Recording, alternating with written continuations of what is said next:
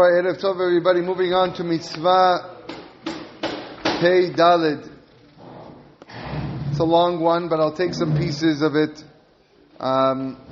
See if we can get it done today. So Mitzvah 84, Le'afkir kol ma shetotzi ha'aretz b'shana shevi'it.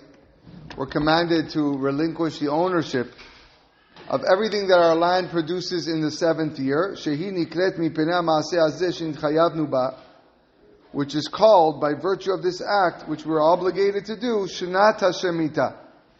Shemitah means relinquishing. So the relinquishing year. Ve'yiskeh beperotea kol harotzeh lizkot. Anyone who wants can come take possession of the produce. Shneimar ve'asheve'iti shmetena untashta. The pasuk says, on the seventh year you shall release it and leave it. Ve'achelu evyonei amecha. And the destitute of your people shall come eat. Veitram tochal hayat hasadeh, and the wildlife of the field shall eat what's left. Ken ta'aseh lecharmecha lezetecha, and so you shall do to your vineyard and your olive grove.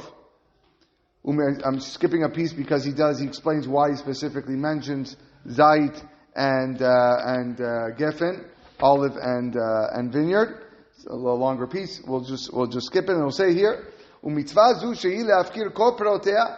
This mitzvah is to relinquish over all land's produce, not just olive and grapes. U'mitzvah acheret shetzivanu el lishvot ba. As well, there's another mitzvah where the Hashem commands us to desist from performing any work.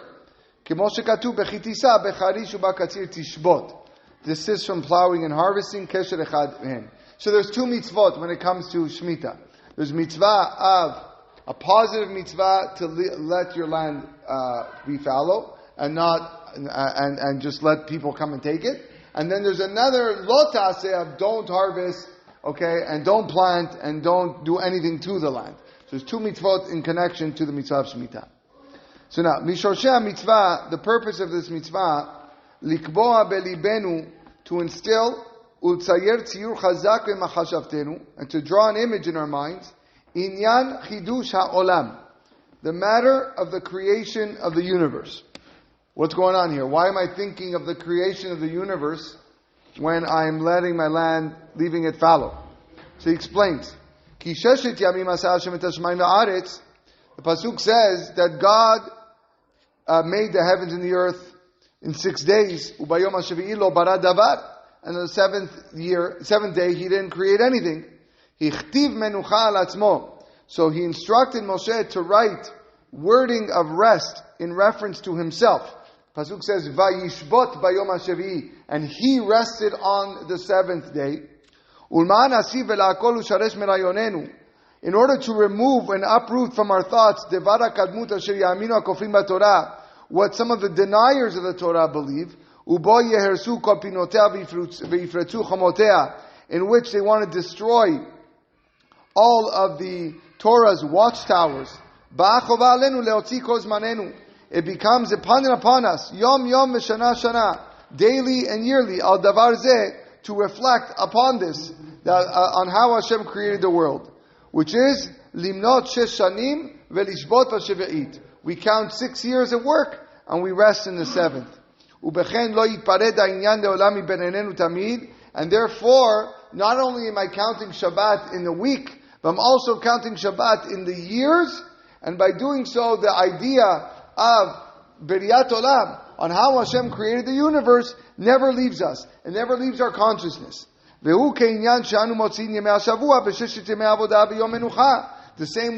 same way we look at our week, that we have 6 days of work and 1 day of rest. Hashem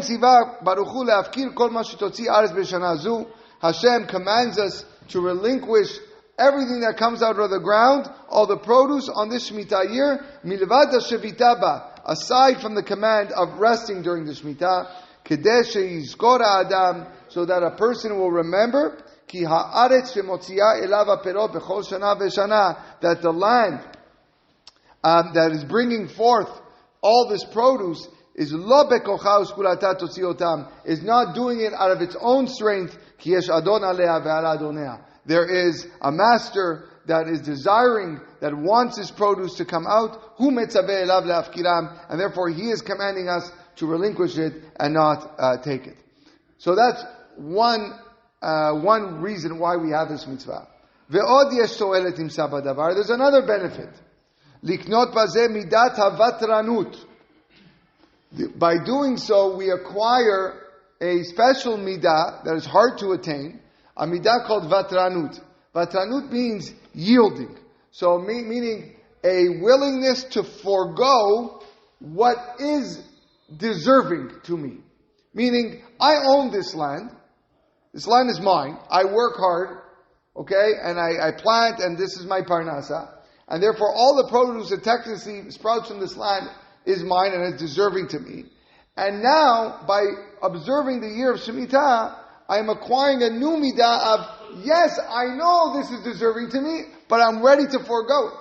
I'm ready to let it go. Ki en nadiv kenoten mi beli tikva et hagemul. There is none so generous as one who gives without the anticipation of compensation. What a great line.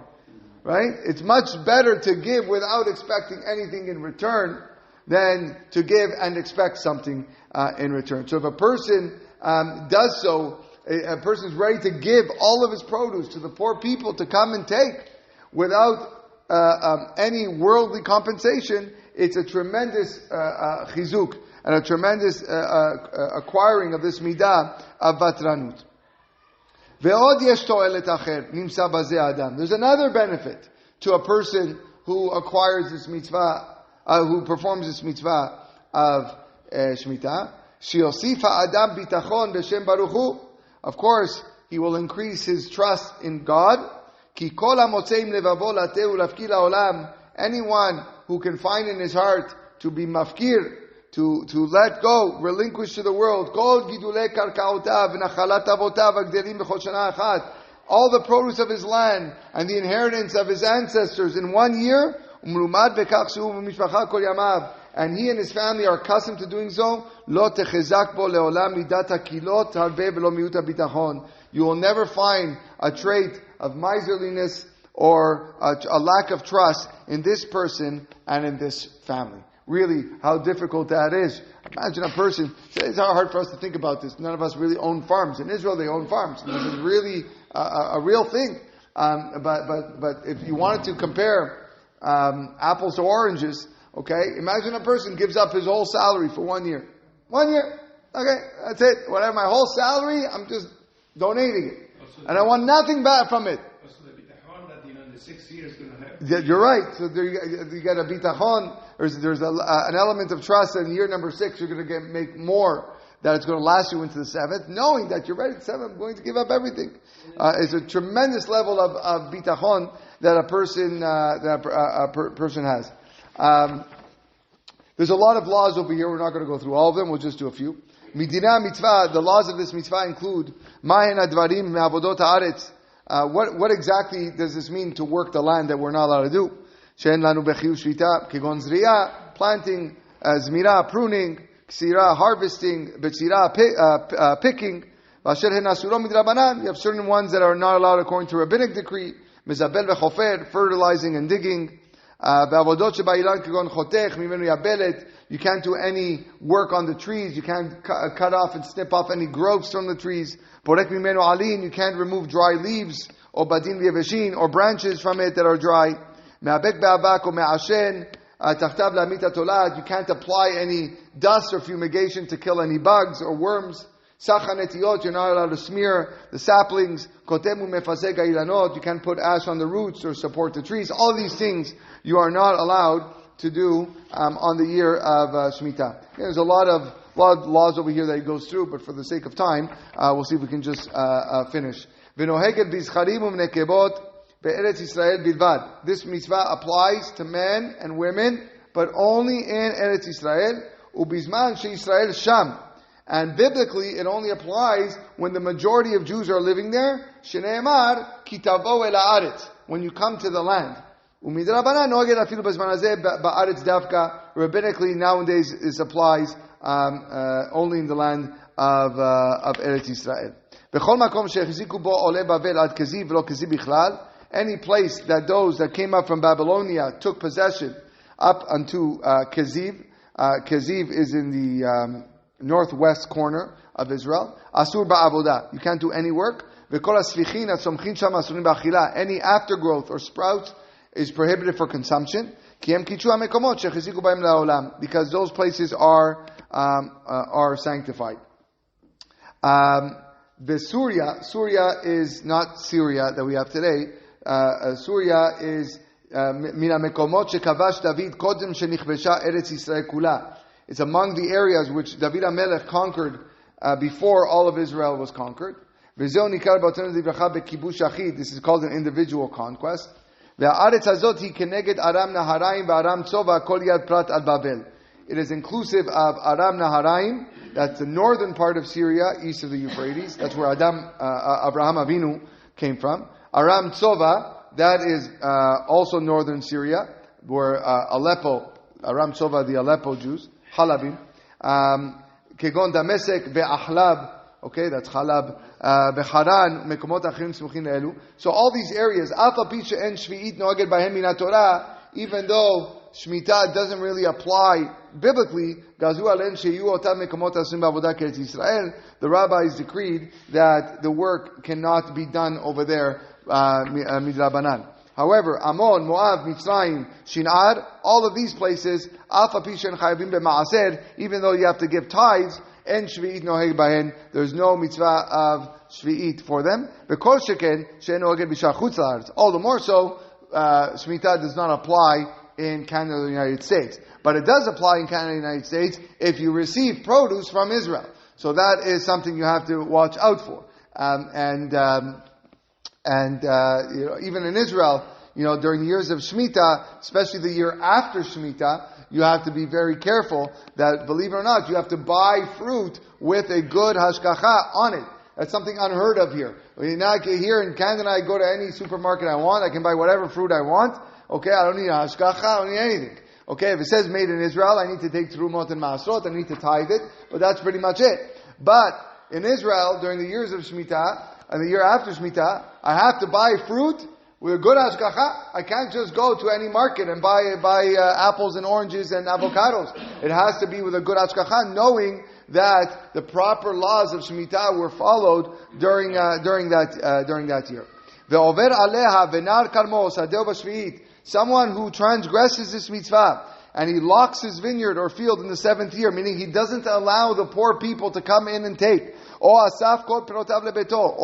he gathers all of the fruit into his home before the poor people come to get it.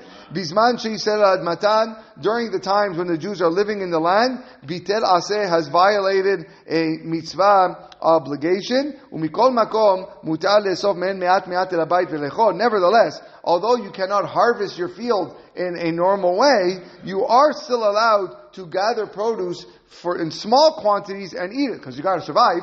You don't say you have to die of starvation. Right? You're all allowed to take a little bit. As long as everyone has equal access to the produce, as though the land has no known owners. Okay, we'll stop here and we'll continue.